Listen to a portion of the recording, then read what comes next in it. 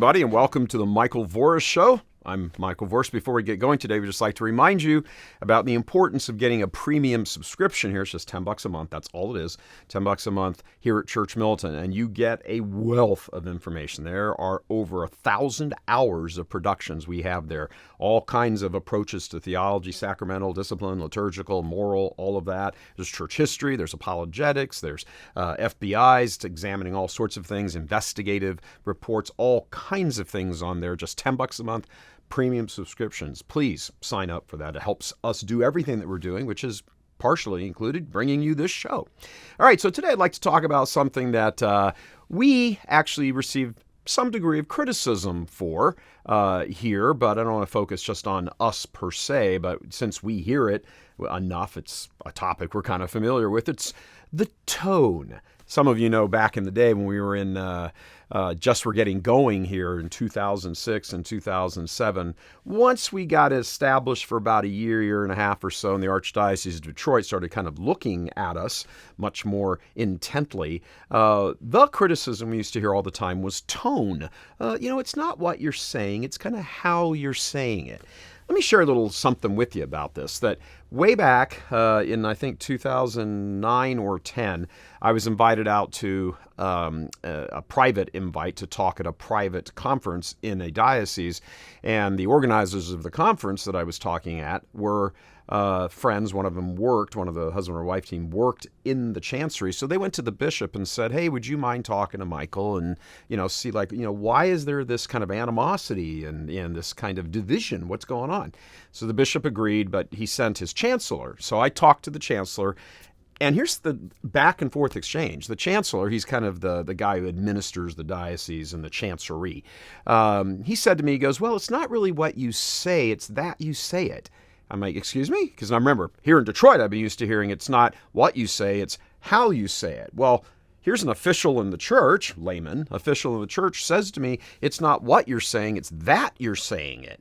I was like, whoa, excuse me, did you just say it's not what I'm saying? It's not what Church Militant is saying, it's that we're saying it? So you never have an objection to the truth of what we're saying. You're not saying it's not true. You're saying we just shouldn't be saying it. All right, let's pick up with that, because that is a great summation of many people's views in the politically conservative world, among the Rhino class, and certainly in Catholic Inc. There's this reluctance to come out and talk about the truth of something because quite oftentimes the truth is not nice. It's not well varnished. It doesn't sit well in the room. It's like the pile of you-know-what over there that everybody can smell and tries to pretend isn't there. It's not a good thing. When the truth that you're talking about is stuff that damages people's souls, not what you're saying, not saying it, but what you're talking about, the topic, damages people's souls. It has this very uncomfortable, causes this great discomfort with people. Most people don't have a confrontational spirit. They just don't. Nobody really I suppose there's a few psychos out there who like walking around confronting everything just to be contrarian, but for the most part, that is not 99% of the people. 99% of the people just want to kind of live their life quietly, move along and do things, and they never want to talk about Aunt Gertrude coming to Thanksgiving dinner because they don't like her, but let's let her come, and they kind of ignore things. All of the sorts of things, people just run away from confrontation. They don't like it. They won't face it. They don't want to hear anything about it. So when an outfit like Church Militant, or some of you listening to this, or family, friends, or whatever, are people who do say, you know what, I've got to step out here and say something. What's the reaction that you get most of the time? Oh, that's not charitable. Oh, it's not the right tone. Oh, it's probably not prudent to talk about that right now. That is not a Catholic response. I mean, what's our major issue? Souls need to be saved, right? That's the North Star that should move everybody's, should be the compass for every movement that we have in the church and individually as Catholics. Is something going on? Is something not being talked about that the silence over that is leading souls astray? Yeah, there's a lot of that. People don't like it. They don't like you bringing these things up. It disturbs their peace, although their peace is built on a false foundation. When you, you give offense. It's too offensive. Okay, let's talk about this for a moment. First of all, is there some objective standard of offense? No. The offense is taken by the person.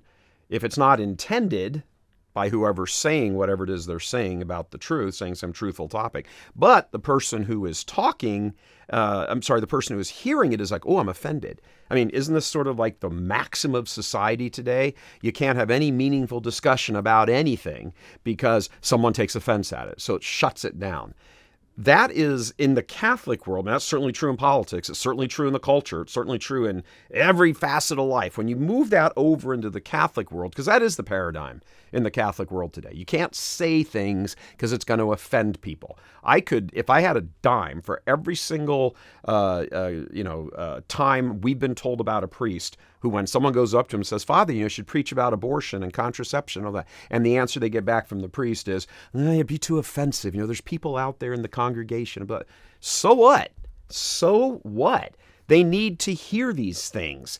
How are you ever going to fix a problem if you simply treat the problem as though it doesn't exist? And that's what the silence does. It treats it as though it's not a real problem.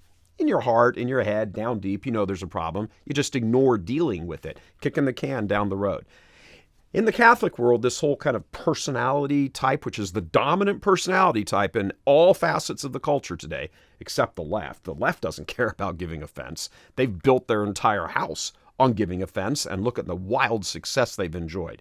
But over here in the Catholic world, this I don't want to give offense. I don't like your tone. What is that? What is it? It gets baptized and it gets treated as though it's supposed to be, it's silence masquerading as charity. It's cowardice masquerading as prudence.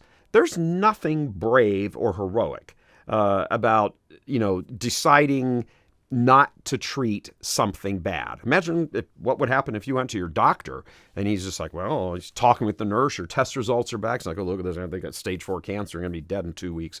But they just don't tell you because they don't want to hurt your feelings. They don't want to offend you. They don't want to set things in motion. They're going to be life-changing and life-altering for your family and all of that. You can't deal in this world of non-reality, and really in the Catholic world and the Christian world, to pretend like these things don't exist, that they're not real, that there is there's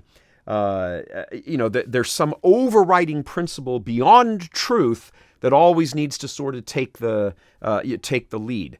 Of course, truth has to take the lead.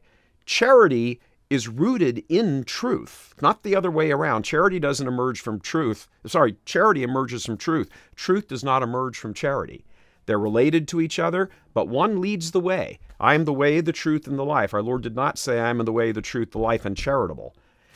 Gospel of Mark, on 2 occasions, and then other Gospels also, but on 2 occasions says they took offense at him. Now, was the eternal Logos, the incarnate eternal Logos, being offensive in himself? No, that would be impossible, because to deliberately go out of your way to hurt somebody's feelings is a sin. However, if the hearer of what you're saying is, oh my gosh, and they clutch their pearls and they're all, I don't know what to do. Oh gosh, he's so offensive again. Yeah, is it true what he's saying? Oh, it doesn't matter if it's true or not. What matters is that somebody's going to take offense at it. Somebody is going to take offense at everything. Everything. So the question for us this Lent, it's all fine to be pious and say our prayers and do this and do that and everything else. You don't get to whistle past the graveyard and not talk about the things that need to be talked about, especially if you have an avenue to talk with somebody who's your, a close friend or something like that. And please, don't say, oh, if I say this, it's going to cut off all lines of communication with them. The lines of communication that need to be opened right now, that need to be able to have these things talked about, are already shut down. They're not there. You don't have access to that person's soul if every single time you bring something up, they're like, oh, and all they want to do is just talk about the weather and how are those tigers and what's going on? Hey, what's your favorite hobby? Stuff means nothing if you're ignoring the person's soul. People need to hear the truth. That's why our blessed Lord came to earth. Think about that for Lent.